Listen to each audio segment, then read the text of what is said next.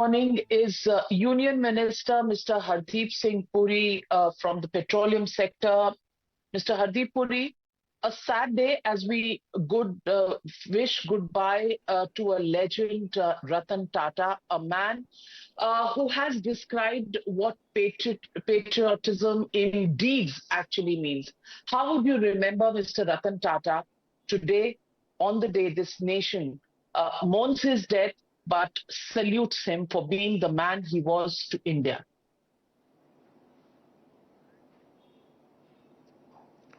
Navika ji, I recall an interview you did with Ratan Tata ji. I think it was the year 2008.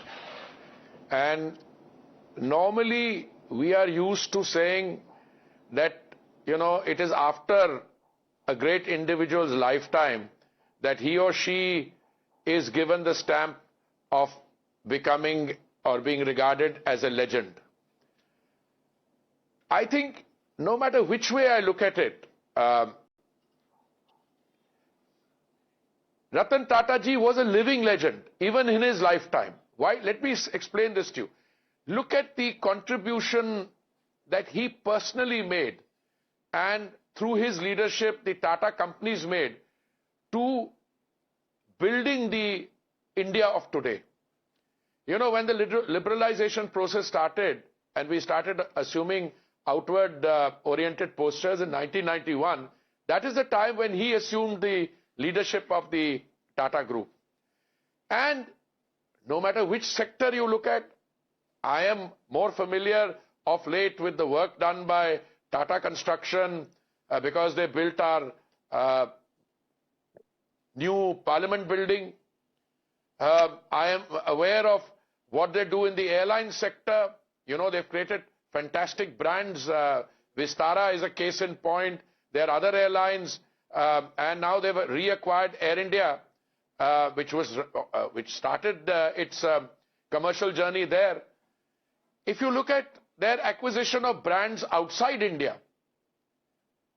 Jaguar, JLR, Range Rover, Range Rover, it is a monumental tribute to one man's vision. I'm not saying all the decisions that the Tata groups took were his decision, but for a man to sit at the apex leadership point and provide a vision. Not every decision goes right. Some decisions will go wrong, but you don't stop there. I remember when liberalization took place, there were a lot of dissenting voices. There were some people who turned around and said, well, the Indian companies will now be gobbled up by other companies. But Mr. Tata not only stood his ground, but he in fact ended up creating global brands. The Tata hotels are a case in point, number one. Number two, more important, today if Indian companies are to become MNCs, it is the visionary leadership of somebody like Ratan Tata, where you will have, if that book is written, there will have to be a big chapter on Mr. Ratan Tata himself. I have served during a long 39-year career in the Foreign Service, I've served in London, I've served in New York, and several places. You find the Tata hospitality brand flag flying very high there. Which is the Pier in New York or the, St. James Court in London. I'm talking not today, it's been happening over the years. And I think today we are in a situation where the outpourings of grief that you are seeing since early hours of the morning and the expressions of affection, appreciation, these are truly well deserved, because here was a giant amongst men, a giant amongst business leaders, a very decent and non-stereotype human being. Normally anybody achieves a great success in growing wealth in a corporation, they imbibe a little bit of arrogance, they like to throw their weight around. This man's entire life was characterized by, no, he didn't suffer fools also, but it was characterized by humility. He could carry people and he earned their respect. And by the way, this was across governments from the time that he assumed leadership in 1991. So I think today I join millions of other Indians. Was deeply privileged to have had the good fortune of meeting him. My meetings with him were always work-oriented. In London, when we were the Tata Group had 100 million sterling worth of investment. When Lakshmi was in Budapest, they put in 100 million euros worth of investment. So I've seen the Tata Group grow. And along with that has been, I think, I wouldn't call it a style. It's a template that they produced of doing business for the country, with the country also benefited, and I have never heard them, cutting corners or reported to be cutting corners the way other. Well, you'll have individual, disputes here and there, but the overall stamp was one of very high respectability, and the individual who led it for so many years, when he relinquished charge and then became head of Tata Trust, that's a great tradition that he inherited, and he contributed to it in even larger measure. So I think the legend will live on. Absolutely. And Mr. Hardeep Singh Puri, I remember that interview that you mentioned in 2008, and the pride, that I saw in his eyes when Nano, which was his dream child, he took that plant to Gujarat after facing rough weather in West Bengal. That sense of pride, that sense of purpose is something that I saw. Can you recall any personal anecdotes of your meetings with Mr. Ratan Tata? Yes, I can. I was ambassador to Brazil, and I happened to go to Sao Paulo, where the head of FIESP, that is a Federation of Industries of the state of Sao Paulo, mentioned to me that a Brazilian company was in a competitive bid with the Tatas to acquire a steel asset. I think it was in the UK. I don't remember too many details, or I choose not to remember. And he told me, he said, carry a message back to Mr. Tata, saying that, the kind of competitive bidding that is taking place here will not be good for the health of both companies. So I said to my interlocutor, who was a president of FASP, I said, you sure you want to use an official channel? He said, no, I want you to use your personal position. Well, I'm a professional, so I did send a telegram back to the then Secretary East in the, or Secretary West, I don't remember. I think it was one of my colleagues, who were batch senior to me, and I explained this to him. And in a subsequent soon visit when I was coming to India, I discussed this with Mr. Tata. And, he was also a very astute businessman. And he said, Ambassador, apart from this, do you have any other suggestion? I said, no, I'm merely conveying a message from his side.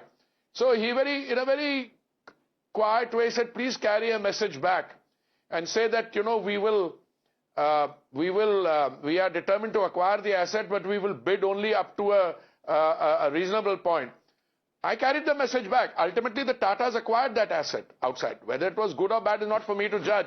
But, he was an astute businessman and at the same time a very decent person. And I think anyone who came in touch with him, I'm not just talking about the last 8 years, that I've had the privilege of being a part of this team, but even earlier, whether it was small gatherings, he did not want to be in the limelight. And yet he did not shy away from taking a position in the corporate world where he had to, for the sake of his group of companies or for the sake of issues, whether it was the India growth story or otherwise. Absolutely. And as I recall that interview, he was deeply personally hurt with the political atmosphere at that time when he had to step out of West Bengal and come into Gujarat. And this interview, the visuals of which are playing tonight, actually were the moment where that dream was being fulfilled. And he was such a humble man. not very verbose, rhetorical, but the moist eyes just showed that bit of emotion of how involved he was in that dream project called Nano. And he delivered it, worked towards it right till the end, completely, deeply, personally involved with it. And that's the kind of man he was, Mr. Hardeep Puri. Even his love for pets, his pet dog.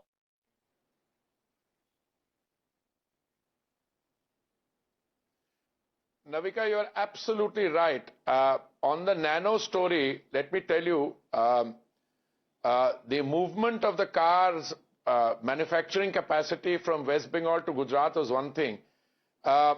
He was a visionary. We tried the Nano in Brazil also.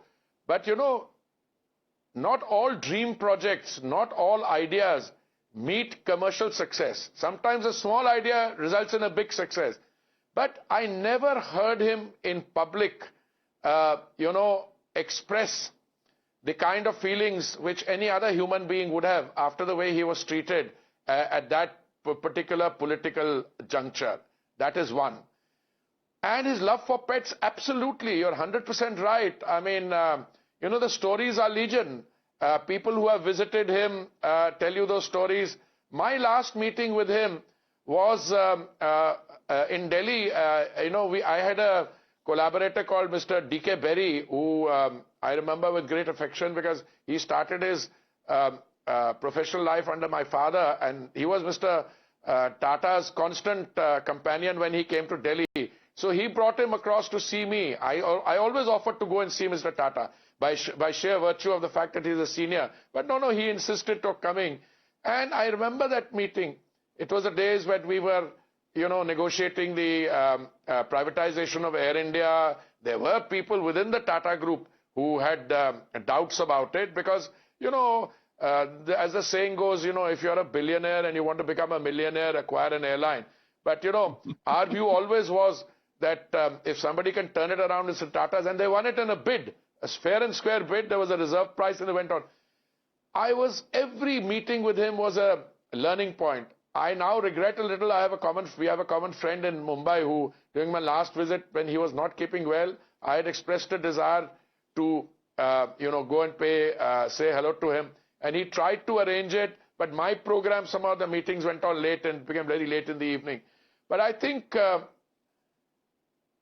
legacy he acquired, the contribution he made to making the Tata Group what it is today, and he's set out a roadmap. It's not going to stop here. A professionally managed group under the chairman of Tata Sons and others will take this to further heights. And as I said, if the name of the game is creating Indian MNCs, the Tata Group is right out there to lead and be part of that process.